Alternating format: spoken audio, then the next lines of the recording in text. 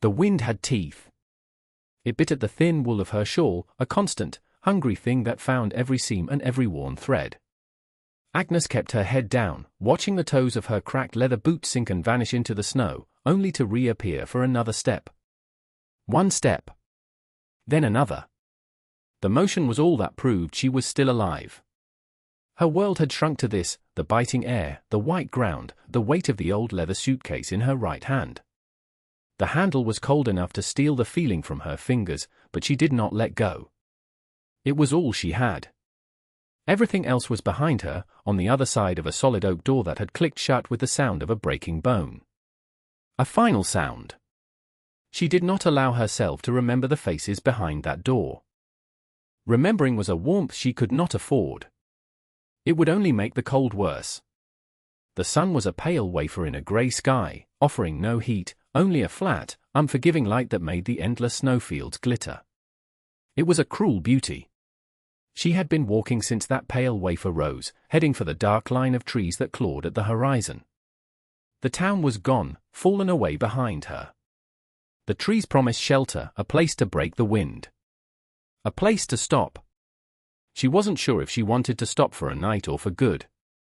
The thought came without emotion, a simple calculation of energy and cold. Her breaths came in small, white puffs, ghosts of the life still inside her. Each one was a small victory against the air that wanted to freeze it in her lungs. The suitcase grew heavier with every step. It held so little. A change of clothes, a small tin of biscuits now long gone, her husband's straight razor wrapped in oilcloth, and a photograph, its corners soft with handling. It seemed impossible that the sum of a life could be so light and yet so heavy. The edge of the forest was closer now. The trees stood like silent, patient judges, their branches heavy with snow. The snow deepened under the canopy of pine and fir, the silence changing from the open howl of the plains to a dense, muffled quiet. Every crunch of her boots was an intrusion. The air smelled of pine and damp earth and an iron cold that seemed to rise from the ground itself. She stumbled, her ankle twisting on a hidden root. The suitcase fell from her numb fingers, landing with a soft thud. For a moment, she just stayed there, on her hands and knees in the snow, the cold seeping through her dress. It would be easy to lie down. To let the quiet and the white take her. A sleep from which there was no waking. But then she saw it. Through a screen of snow-laden branches, a shape that did not belong. Long and low and dark. A stain of rust against the white. She pushed herself up, her joints screaming a protest that was lost in the wind. She grabbed the handle of the suitcase and moved toward the shape. It was a train car. Derailed and forgotten, half buried in the drift, its wheels long since swallowed by the earth. It was a metal carcass, a tomb. But its side door was ajar, a dark mouth offering a reprieve from the wind. She pulled at the heavy door, her muscles straining. It groaned, a sound of tortured metal, and moved just enough for her to slip through. Inside, the world fell silent. The wind was gone, replaced by a profound, echoing stillness. The air was colder than a grave, but it was still. That stillness was everything. She let the suitcase drop to the floor. The sound was loud in the metal box. She was out of the wind. That was enough for now. It had to be. She slid the door as closed as it would go, plunging the car into a deep twilight, broken only by thin cracks of light. It was a beginning. Or an end. She was too tired to know the difference. The cold inside the train car was a different kind of cold. It was a dead, stagnant thing that soaked into her bones. But the wind could not find her here. She ran a hand along the corrugated metal wall, her fingers coming away with a film of rust and ice. The floor was thick with dust and the debris of years. Old leaves, the husks of insects, the faint, dry smell of decay. She sat on her suitcase, pulling the shawl tighter, her body one long, continuous shiver. This was her home now. A rusted box in a forgotten wood. She unlatched the suitcase. The clicks of the metal fastenings were sharp and definite in the gloom. Inside, her belongings lay in their careful order. The spare dress, neatly folded. The photograph of her husband, Michael, his eyes smiling even in the faded sepia. He had been gone 10 years, but the hollow space he left was as keen as ever. Beneath the dress was the razor, and beside it, a small, smooth stone. It was dark grey, worn to a perfect oval by a river she could no longer name. He had pressed it into her palm one afternoon, decades ago. "For your pocket," he had said. "So you always have something solid to hold onto." She closed her fingers around it now. It was as cold as everything else, but it was solid. It was real. She slipped it into the pocket of her dress, the small weight of familiar comfort. The first night was a long, slow battle. Sleep was not a refuge but a danger, a siren call to let the cold win. She did not sleep. She sat upright, rocking slightly, her mind a blank landscape of white. She listened to the sounds of the car settling, the groans of the metal as the temperature dropped. She thought of a warm hearth, of soup steaming in a bowl, of a hand holding hers. The memories were ghosts, and she pushed them away. They were a fire that gave no heat, only burned what little strength she had left. By the time the grey light began to seep through the cracks again, she was a statue of ice and will. She had survived the night. That was the only victory that mattered. She stood, her body a collection of aches, and looked around the metal tomb that had saved her. She was utterly alone. She had nothing. She had everything. She was still breathing. The second day, she learned she was wrong. She was not alone. She had managed to gather a small pile of dry twigs and pine needles from a sheltered spot beneath the car and was trying to coax a flame from them with Michael's razor and a shard of flint she'd found. Her hands were clumsy with cold, her movements stiff. A shadow fell over her. She looked up. A woman stood in the open doorway, framed against the snow. Younger than Agnes, perhaps in her 30s, with a face that looked like it had been carved from hardwood and left out in the weather. Her eyes were chips of ice. She held a long, thick branch like a weapon. "This is my place," the woman said. Her voice was rough, unused. It was not a greeting. It was a claim. A warning. Agnes looked from the woman's hard face to the pathetic pile of tinder at her feet. She did not speak. She did not move to defend herself. She simply met the woman's gaze, her own eyes clear and tired. There was no fear in them. Fear was a luxury. There was only a deep, settled weariness. The woman took a step closer, her boots crunching on the frozen ground inside the car. "Did you hear me?" "Get out." Agnes slowly, deliberately, picked up the razor and the flint. She held them in her palm, not as a threat, but as a simple fact. "This is what I have." "The wind is sharp," Agnes said, her voice a dry whisper. It was the first time she had spoken to another person in 2 days. The woman stared, her expression unreadable. She seemed to be waiting for an argument, for a plea, for a fight. Agnes offered none of them. She just sat, a small, grey figure wrapped in a thin shawl, holding the potential of a fire in her hands. The silence stretched. It was a negotiation without words. The woman, Maeve, though Agnes did not know her name yet, was assessing her. This old woman was not a threat. She was not a thief. She was something else. Something fragile but unbroken. Finally, with a sound of disgust, the woman turned and stalked to the far end of the car, where a pile of dirty blankets and furs marked her den. She threw the branch down with a clatter. She did not tell Agnes to leave again. The air remained thick with hostility, a tangible thing. But the door remained open to both of them. For now, it was enough. A rhythm established itself, brittle as ice. They lived at opposite ends of the long metal tube, 2 solitary planets in a cold, dark universe. Maeve would disappear for hours, returning with a snared rabbit or a handful of frozen berries, which she would prepare and eat with her back turned. She never offered to share. Agnes never asked. She subsisted on the last of her hard biscuits, rationing them into smaller and smaller pieces, and melted snow in a rusted can she found.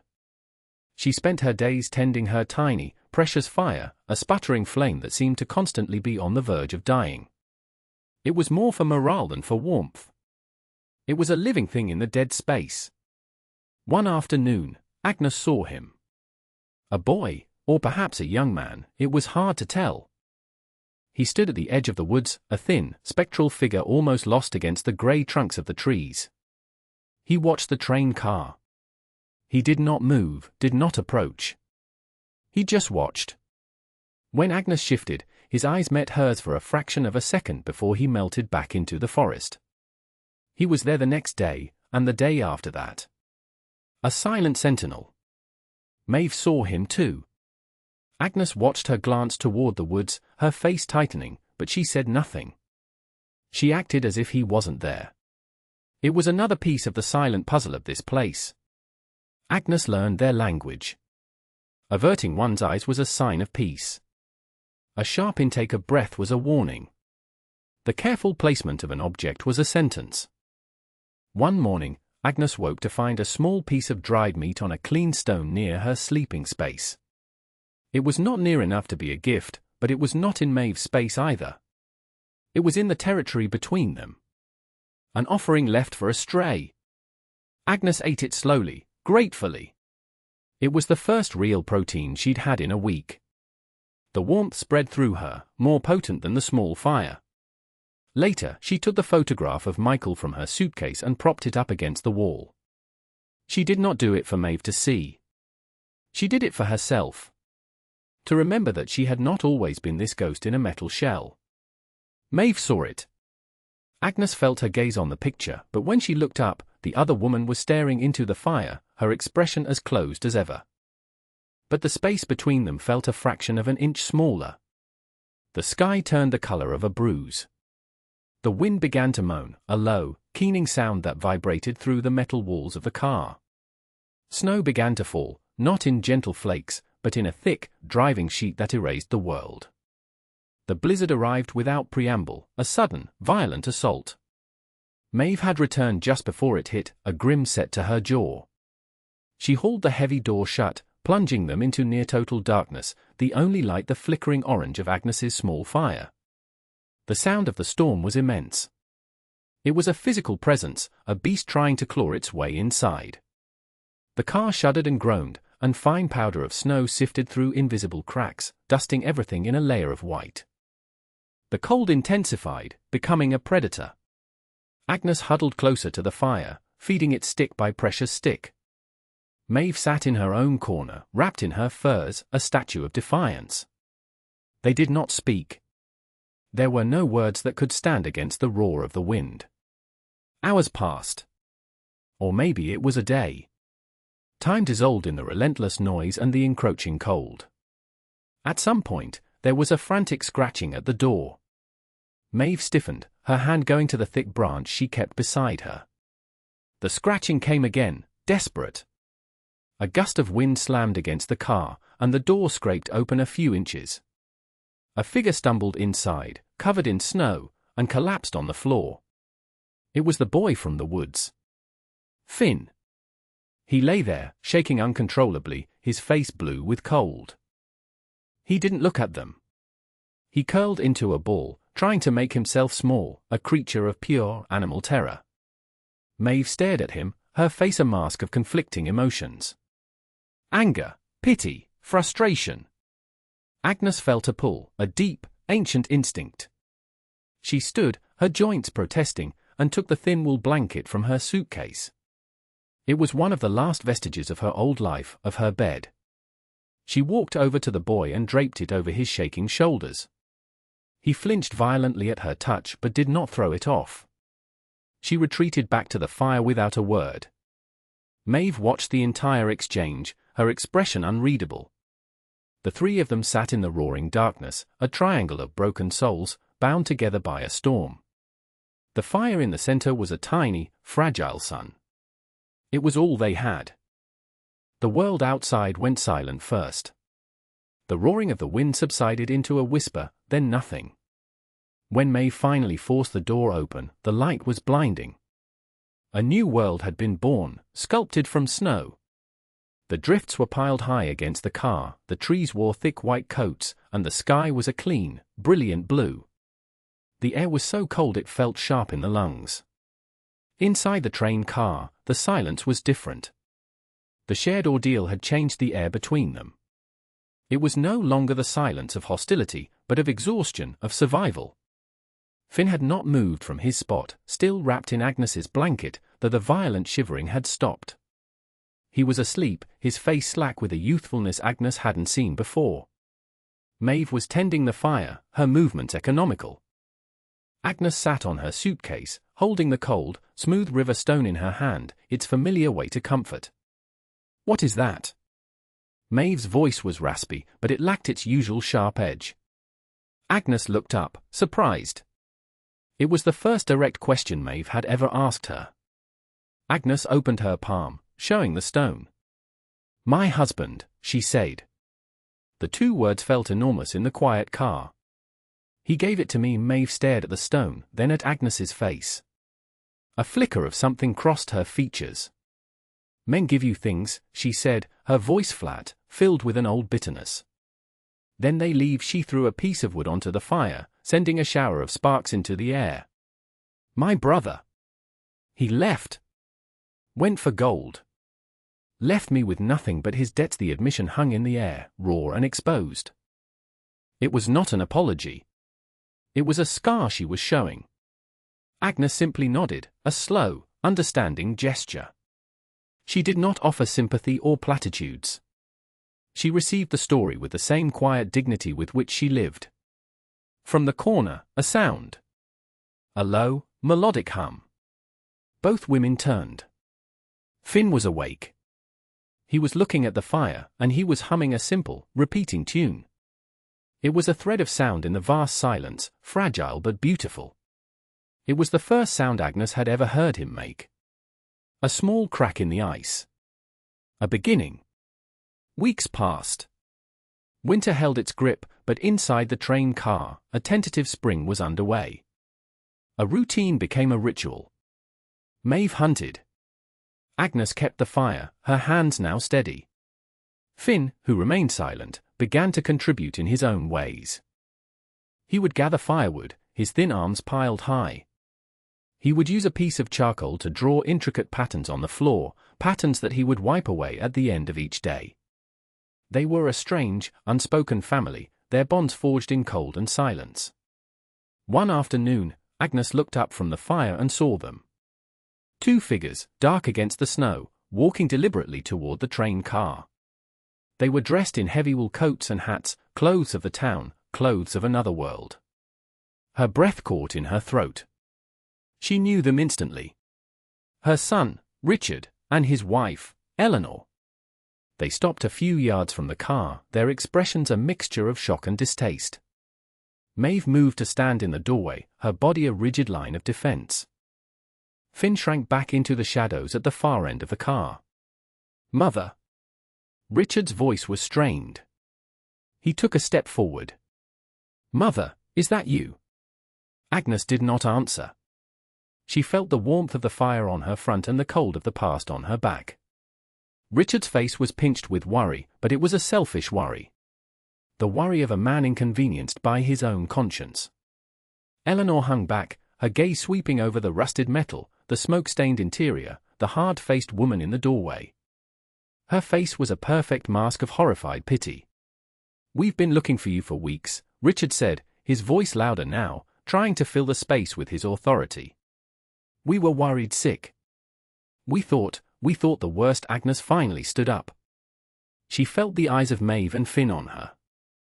She smoothed the front of her worn dress, a small, automatic gesture of dignity. She looked at her son, at the man she had raised, and felt a profound and weary distance. He was a stranger, and this rusted box was her home. Richard took another step, his polished boots crunching in the snow. "Mother, you must come home. This is no place for you. Eleanor and we've talked. We made a mistake." His words were practiced, a speech rehearsed on the long walk from town. He looked past Agnes, into the dim interior of the car, and his face hardened as he took in Maeve and the shadows where Finn hid. "Who are these people? Are you safe?" Eleanor finally spoke, her voice thin and sharp. Richard, for heaven's sake. Look at this place. Of course she isn't safe. Her concern was for appearances, for the shame of it all. The shame of a mother found living in a derelict train car with vagrants. Agnes looked from their clean, well-fed faces to Maeve's fierce, protective stance. She thought of Finn's quiet drawings, wiped away each evening like a secret prayer. She thought of the shared piece of meat, the warmth of the small fire they all tended. This was a safety Richard and Eleanor could never understand. It was a safety built not on solid walls and locked doors, but on the fragile, unspoken understanding between castaways. This was her treasure. Not gold or silver, but this. The quiet acceptance. The shared burden. The space to simply be, without expectation or demand. I am safe, Agnes said, her voice clear and steady. It held no tremor. Richard's face clouded with frustration. Don't be ridiculous. You'll freeze to death out here. This is sentiment. We are your family. You belong with us. He used the word family like a key, expecting it to unlock her compliance. But the lock was rusted shut. The word felt hollow, a coin from a foreign currency. Her family was here, in the cold and the quiet. They were the ones who had shared the blizzard with her. They were the ones who had seen her at her lowest and had not turned away. She belonged to the silence, to the fire, to the broken people who had made room for her without a single word of welcome.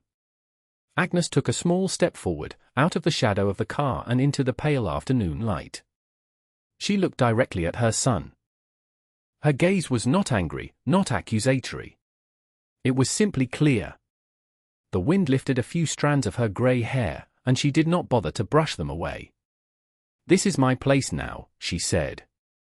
The words were quiet, but they had the weight of mountains behind them. They were the truest words she had ever spoken. Richard stared at her, his mouth slightly open. He could not comprehend it. He had come here to be a savior, to absolve his guilt with a grand gesture of retrieval. He was prepared for tears, for gratitude, for a chastened return. He was not prepared for this quiet, unyielding strength. Mother, that's absurd, he sputtered, his voice rising. You have a home. A warm bed. You can't choose this squalor, over your own family. You closed the door, Agnes said. It was not an accusation. It was a statement of fact. The memory of the click of the latch echoed between them. Eleanor flinched, looking away. Richard's face flushed with anger. We can discuss that at home. This is not the place. This is the only place, Agnes replied. She reached into her pocket and her fingers closed around the smooth, cool river stone. It was an anchor to a past of love, not a past of obligation. It reminded her of what was real. She turned her back on them. It was a simple movement, but it was a final one. She walked back into the train car and knelt by the fire, picking up a small stick to nudge a log into place. The gesture was deliberate. My work is here. My life is here. Behind her, she heard Richard call her name again, his voice a mixture of fury and disbelief. Then Eleanor's sharp, placating tones. Then, finally, the sound of their footsteps receding, crunching angrily in the snow until they were gone. The silence they left behind was vast and clean. Maeve slowly relaxed her stance, stepping back from the doorway. She slid the heavy door partly shut, closing them in, closing the other world out. The sound was not a click of finality, but a soft, settled sigh of relief. In the dim light of the train car, the three of them sat around the fire.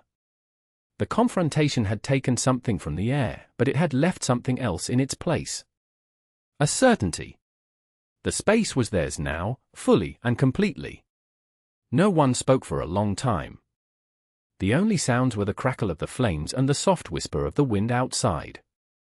Maeve rose and went to her corner. She returned with a small, cloth-wrapped bundle. She unwrapped it and broke the piece of dried venison inside into 3 equal pieces. She handed one to Agnes, and then walked over and placed the third piece gently on the floor beside Finn. It was the first time she had ever approached him so directly. He looked at the meat, then up at her, his eyes wide. A slow, hesitant smile touched his lips for the very first time. It transformed his face. Agnes watched them, the firelight flickering on their faces. She ate her piece of venison, the taste rich and strong. The cold was still a constant presence. The hunger would return. Their survival was a day-to-day question, not a guarantee. Nothing was promised. But as she looked at the hard-faced woman and the silent boy who were now her companions, she felt a sense of peace she had not known in years. This was not the life she had expected. It was a life stripped down to the bone, to the bare essentials of warmth and food and human presence. But it was a life she had chosen. In the wreckage of her past, she had found a different kind of wealth. A treasure not of possessions, but of presence. The quiet dignity of a shared fire in a cold world. The narrator's voice shifts, speaking now not just about Agnes, but to the person listening. It looks at you, through the screen. And what is a home, if not a place where you are not asked to be anything other than what you are?